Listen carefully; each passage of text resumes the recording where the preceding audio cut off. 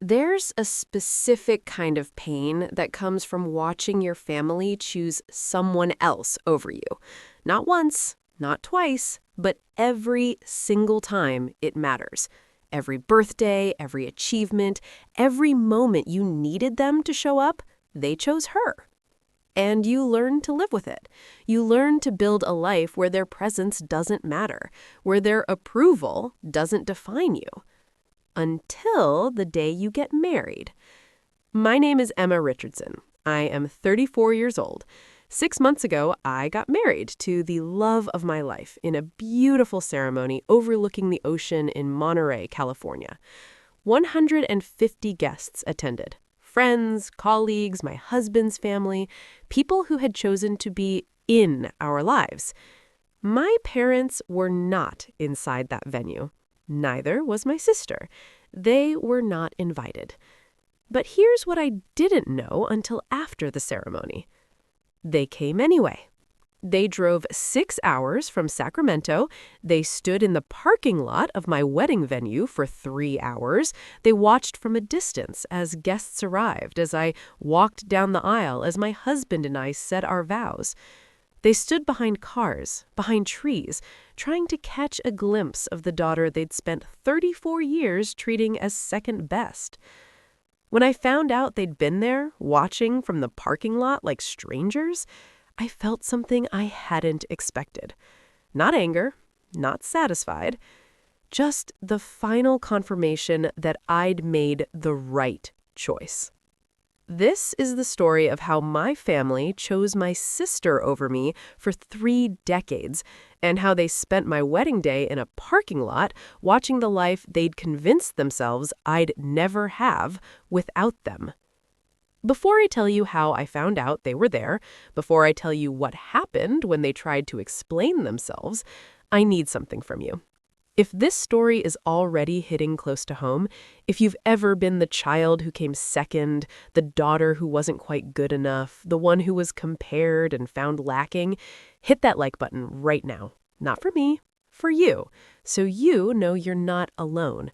Subscribe to this channel if you want more stories about scapegoat children who built lives their families said weren't possible, who created families that chose them back. And drop a comment below. Tell me where you're watching from, your city, your country.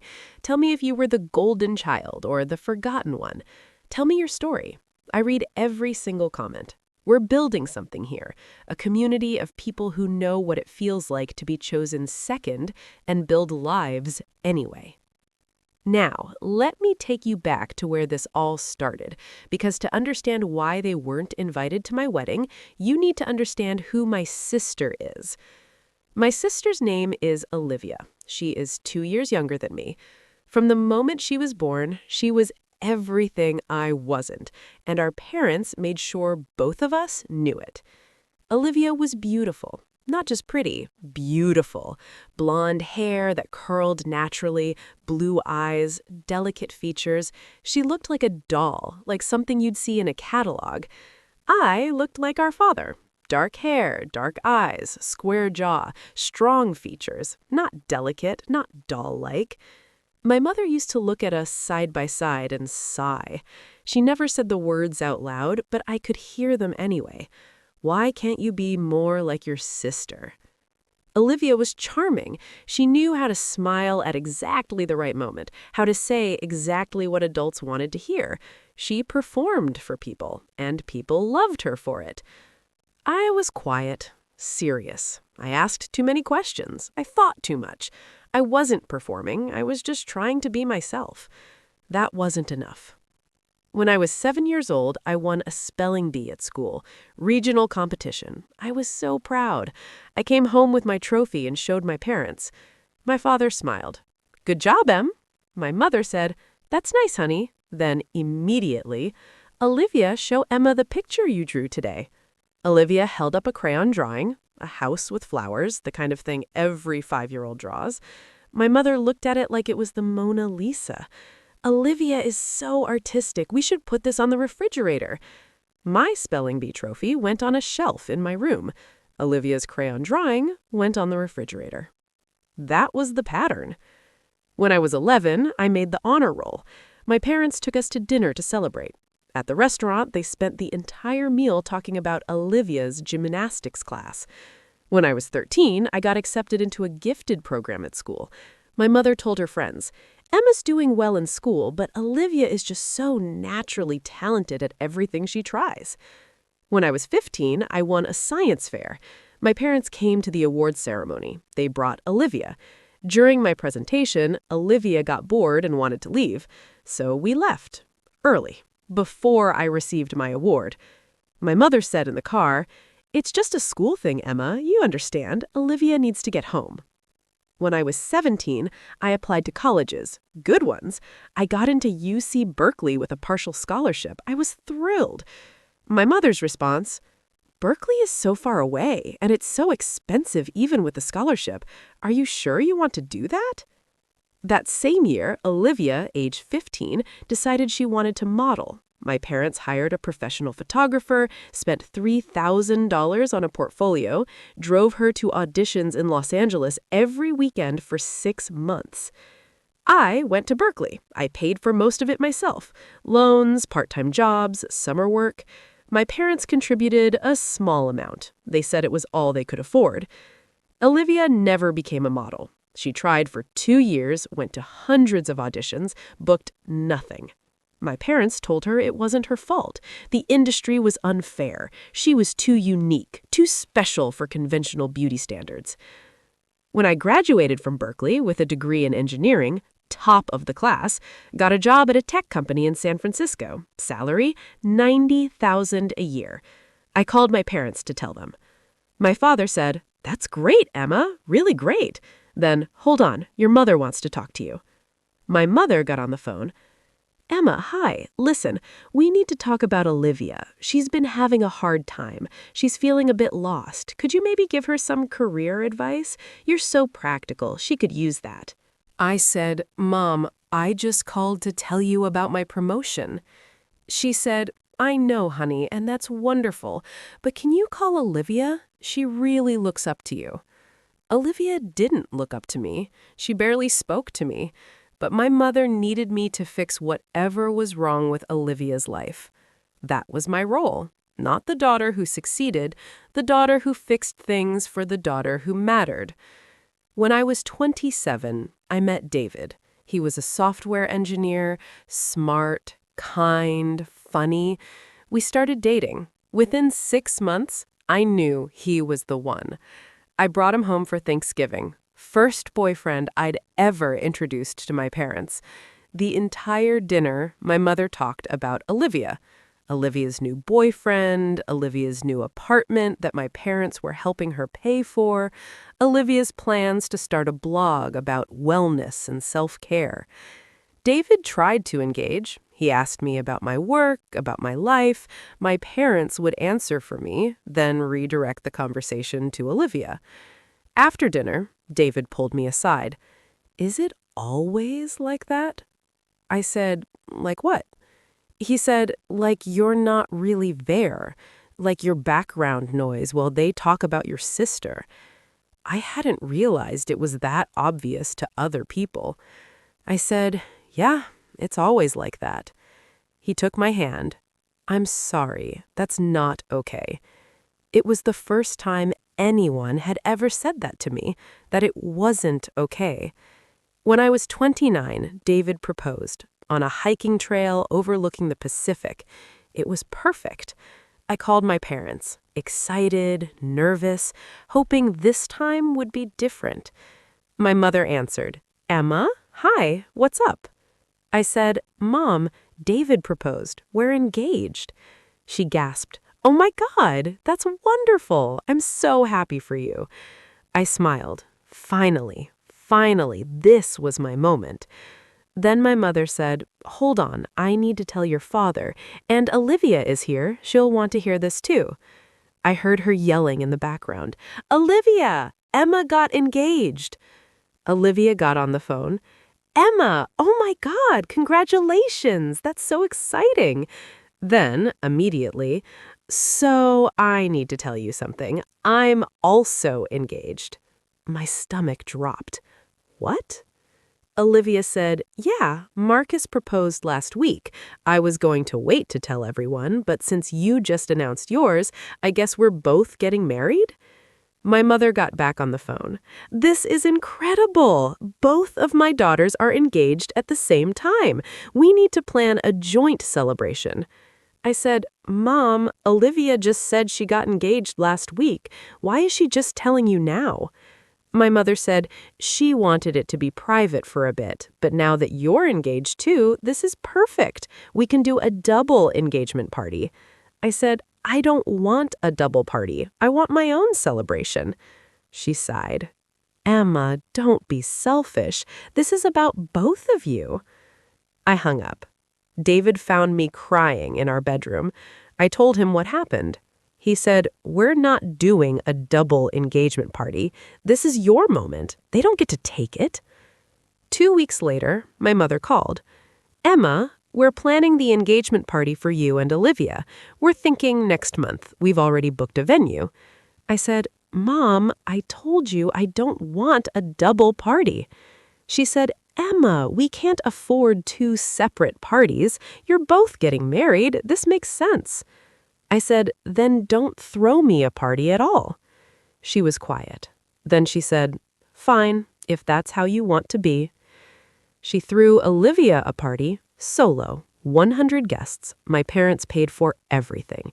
Catered dinner, open bar, live music. I wasn't invited. My mother called me the day after. "Emma, it was a beautiful party. Olivia was so happy. I wish you'd been there." I said, "I wasn't invited, Mom." She said, "I thought you didn't want a party, so we focused on Olivia." That was the moment I realized something. They weren't going to change. They were never going to see me. I could win a Nobel Prize, and they'd find a way to make it about Olivia. I started therapy, twice a week, working through 30 years of feeling like I wasn't enough. My therapist said something that changed everything. She said, "Emma, you keep waiting for them to choose you. What if they never do? What if you just choose yourself?" I'd never thought about it that way. I started choosing myself. David and I set a wedding date, June 15th, 18 months away, Monterey, California, a venue overlooking the ocean. We started planning. Guest list, vendors, flowers, music, all of it. I didn't tell my parents right away. I wasn't ready for that conversation. Olivia's wedding was planned for 3 months before mine. March 15th, Sacramento, big church ceremony, 300 guests. My parents paid for everything, $60,000. I got an invitation in the mail, formal, engraved.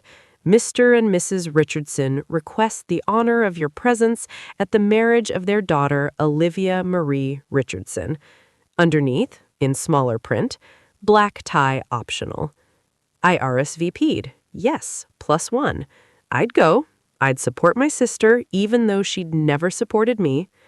The wedding was beautiful, expensive, perfect. Olivia looked stunning in a designer dress my parents had bought her. During the reception, my mother introduced David and I to relatives. "This is Emma, our other daughter. She's getting married too, in June, a small thing in Monterey." A small thing. My wedding was going to be 150 guests, oceanfront, venue, live band, photographer. It wasn't small, but compared to Olivia's, my mother saw it as less than. After Olivia's wedding, I went home and made a decision. I told David, "I don't want my parents at our wedding." He looked at me. "Are you sure?" I said, "Yes. I've spent 34 years watching them choose Olivia over me. I'm not spending my wedding day wondering if they're comparing me to her, wondering if I'm good enough. This is our day, and I want it to be ours." David said, "Then they're not invited." We removed them from the guest list, and Olivia, and the extended family members who'd spent my life treating me like the lesser daughter. I didn't tell them right away. I waited because I knew the conversation would be bad. 6 months before the wedding, my mother called. Emma, we need your final guest count for our hotel block. How many rooms do you need for our side of the family? I said, Mom, there's no hotel block for your side of the family. You're not invited. Silence. Then, what? I said, you, Dad, and Olivia are not invited to my wedding. My mother's voice went cold. Emma, what are you talking about? We're your parents. I said, you're my parents by biology, but you haven't acted like parents to me for 34 years. You've chosen Olivia over me every single time it mattered. I'm not giving you another opportunity to do that on my wedding day. She said, this is because of the engagement party, isn't it? You're still holding on to that? I said, Mom, it's not about one party. It's about a lifetime of being second. I'm done with it. She said, Emma, you're being dramatic. We love both of you equally. I said, no, you don't, and I'm done pretending you do. She started crying. How can you do this to us? We're your family. I said, family shows up. Family celebrates you. Family sees you. You've never done any of those things for me, so no, you're not invited. I hung up. My father called 10 minutes later. Emma, your mother is devastated. What's going on? I explained.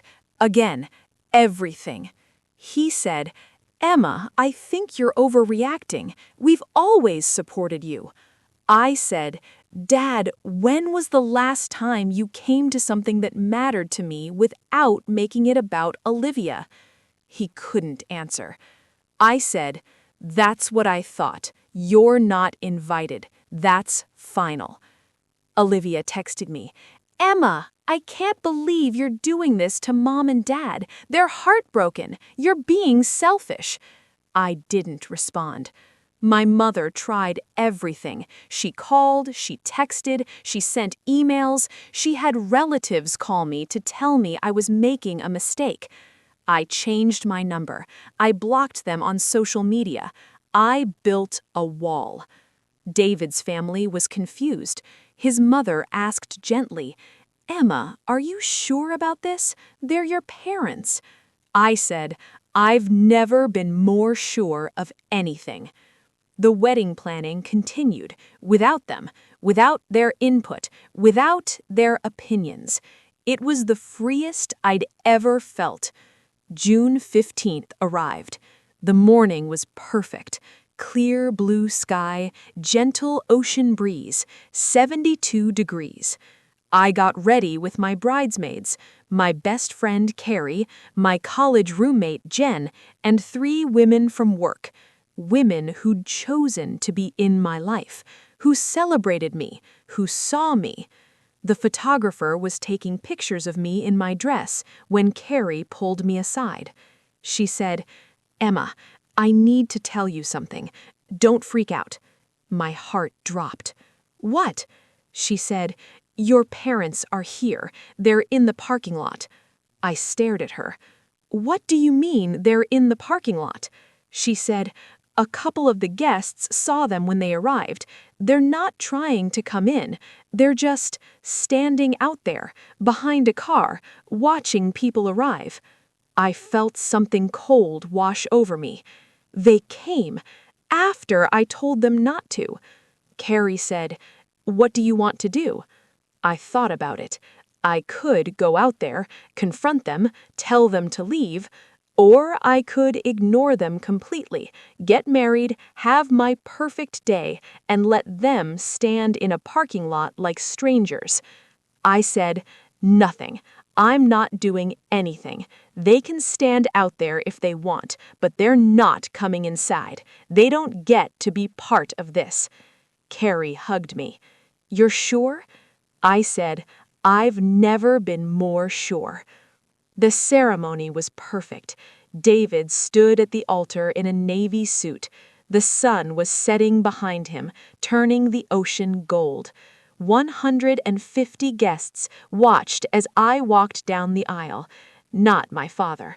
David's father walked me down, a man who'd known me for 5 years and treated me with more respect and love than my own father had in 34. I said my vows.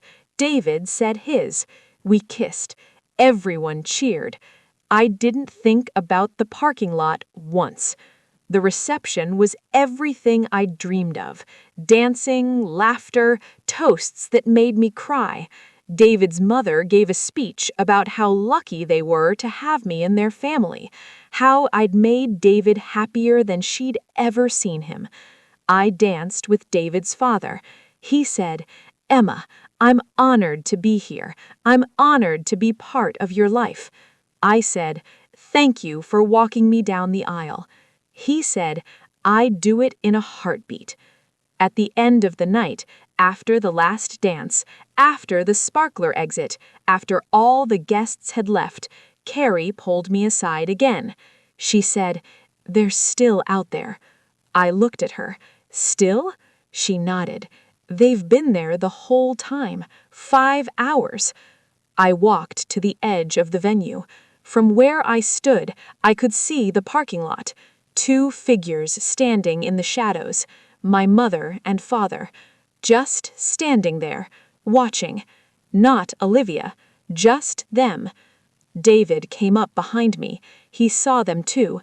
He said, "Do you want me to go tell them to leave?" I said, "No, let them stand there. Let them see what they missed." We walked to our car, the one decorated with "Just Married" signs. We drove past the parking lot, past where my parents stood. My mother saw me. Our eyes met for just a second. She looked like she wanted to say something, to run over, to stop us. But she didn't. She just stood there and watched us drive away. The next day, David and I flew to Italy for our honeymoon. 2 weeks, no phone calls, no emails, complete disconnection. When we got back, I had 47 missed calls, 32 text messages, 15 voicemails, all from my parents, most from my mother. I listened to the first voicemail. My mother's voice was shaking. "Emma, please call me back. I need to talk to you about the wedding, about what happened, please." I deleted it. The second voicemail was from my father. "Emma, you're a mother. You can't just ignore me. We need to talk about this. What we did, standing in the parking lot, I need to explain." I deleted them. The third voicemail was from my father. "Emma, your mother is devastated. She's been crying for days. Please just call us. Let us explain why we were there." I deleted them all. But I was curious. Why had they been there? Why stand in a parking lot for 5 hours? A week later, my mother sent an email, long, detailed, explaining.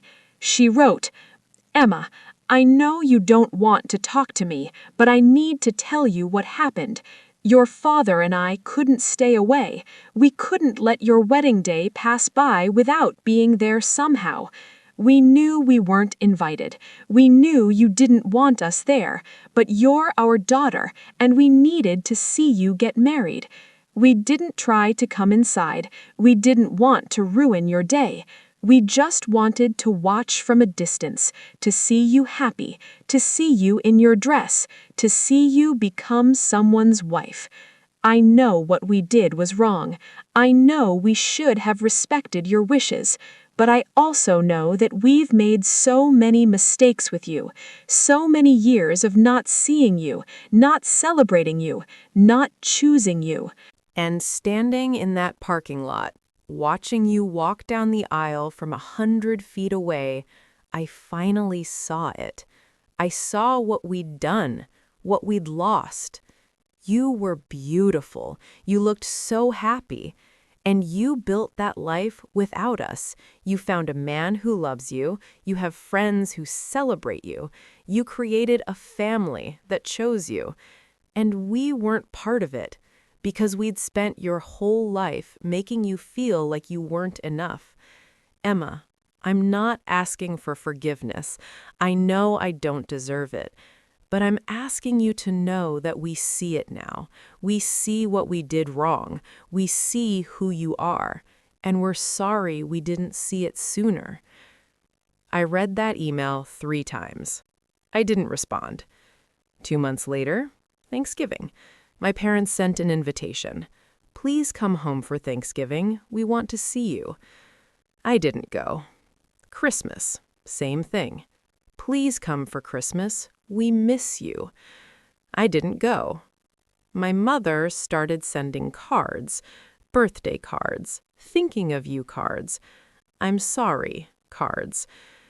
I didn't respond to any of them. Carrie asked me one day, "Do you think you'll ever talk to them again?"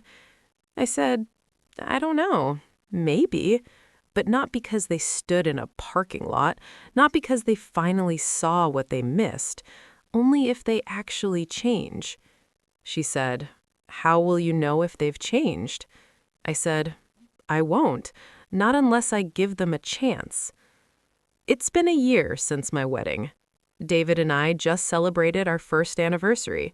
We had dinner at the same restaurant where he proposed. We talked about the past year, about the life we're building. He asked me, "Do you regret not inviting them?" I said, "No, that day was perfect. If they'd been there, I would have spent the whole time worried about what they were thinking, whether they were comparing me to Olivia, whether I was good enough. Instead, I got to just be happy." He said, "What about now? Do you think you'll ever let them back in?" I said, "I don't know. I'm not ready yet." Last month, my mother sent another email. This one was different. She wrote, "Emma, I'm not asking you to respond. I'm not asking you to forgive me. I just want to tell you that I started therapy. Your father and I both did. We're working on understanding why we treated you the way we did, why we always chose Olivia, why we couldn't see you." The therapist said something that hit me hard. She said, "You were threatened by Emma." I couldn't understand at first. How could I be threatened by my own daughter? But she explained, "You were independent. You didn't need us. You built your own life, made your own choices, succeeded without our help." And that scared me, because if you didn't need me, what was my purpose? Olivia needed me. She still does. She calls me every day. She asks for advice. She makes me feel necessary. You never needed me that way. And instead of being proud of your independence, I resented it. I punished you for not needing me. I'm telling you this not to make excuses, but to let you know that I'm trying to understand. I'm trying to change. I don't know if you'll ever want a relationship with us again, but if you do, we'll be here, doing the work, trying to become people who deserve a daughter like you. I read that email 5 times. I still haven't responded, but I saved it. David said, "That's progress." I said, "Maybe, but one email doesn't fix 34 years. He said, "No, but it's a start." Last week, Olivia sent me a text. First one in over a year. "Emma, I'm sorry. I'm sorry for everything. I didn't understand what they were doing to you. I just thought I was the one they loved more. I didn't realize they were hurting you. I'm sorry I didn't stand up for you. I should have." I stared at that text for a long time. Then I responded. "Thank you for saying that." She wrote back immediately, "Can we talk? Not about Mom and Dad, just us, as sisters." I said, "Maybe. Not yet, but maybe." If you're watching this and you're the child who came second, the daughter who was never quite enough, the one who watched your family choose your sibling over and over, I want you to hear this. You don't owe them a relationship. You don't owe them your wedding day. You don't owe them forgiveness just because they're family. My parents stood in a parking lot for 5 hours watching my wedding day because they couldn't let go of control, even after I set a boundary. They thought showing up would prove they loved me. But love isn't standing in a parking lot. Love is respecting boundaries. Love is seeing someone for who they are, not who you want them to be. Love is showing up when it matters, not just when you finally realized what you lost. I don't know if I'll ever have a relationship with my parents again. Some days I think maybe. Some days I think never. But here's what I know for certain. I built a life without them. I married a man who sees me, values me, and chooses me every single day. I have friends who celebrate me. I have a career I'm proud of. I have a family I created. And I did it all without their approval, without their support, without their presence. They spent my wedding day in a parking lot, watching from a distance the life they told me I'd never have without them. They were wrong. I had everything, and they had a parking lot. My name is Emma Richardson Marshall. I'm 34 years old. I'm an engineer. I'm a wife. I'm a daughter who chose herself. And that choice set me free. If this story meant something to you, leave a comment. Tell me about being chosen second. Tell me about the moment you chose yourself. Tell me you're not alone in this. Subscribe if you want more stories about people who broke family patterns and built lives that their family said weren't possible. Thank you for watching. Take care of yourself. And remember, you don't need permission to choose yourself. You just need courage.